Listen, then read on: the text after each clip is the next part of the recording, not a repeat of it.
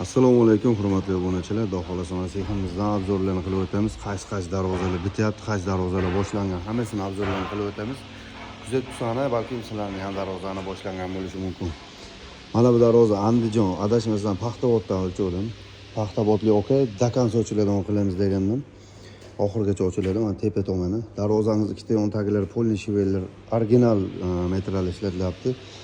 Hattoki profillargacha buruch bo'lyapti. Lis, pis, hamma narsasi buruch. Buni bolasi ham bor, garaj eshigi ham bor. Xudo xolasa 2.8 2.5 adashmasam bolasi. Buni aniq razmeri esimda yo'q. Abed mahalla bir o'lchaganman, xudo xolasa.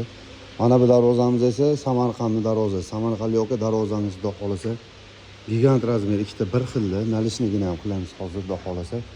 Mana bu o'sha onasi, darvozamiz polni bezuloq, xudo xolasa.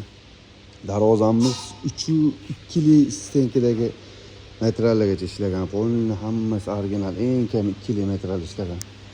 3 qavat 3 silo shumka bo'lgan, xudo xolasa. Bu ikkinchisi, bu mana bu birinchisi. Ko'rsangiz ko'rdim deb yozib qo'yasiz. Hozir bu darvozalardan keyin Buxoroning darvozasini boshlaymiz bugun.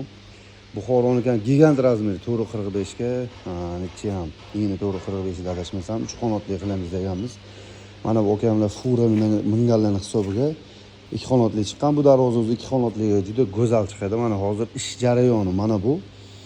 Mana bu zang holati bo'lsa, mana bu o'sha najda qilinayotgan holati.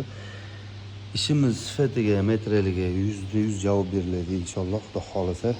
Abdulhay darvozalar xizmatida mana bu orqalargacha qo'yilgan 35 santimetrli pachineli shamillar qo'yilgan. Tevalar lazerlargacha 2.1 plus 2.2 chiqyapti listimiz, xudo xolasa okalar. 2likdan olganlarimiz 2likdan yuqori chiqyapti. Kimga shunaqa sifatli yaxshi darvoza kerak bo'lsa, Abdulhay darvozalariga bemalol murojaat qilaverasizlar. Ishlaringlarning sifatiga, materiallariga, hammasiga javob beramiz. Sog' bo'linglar, charchamani.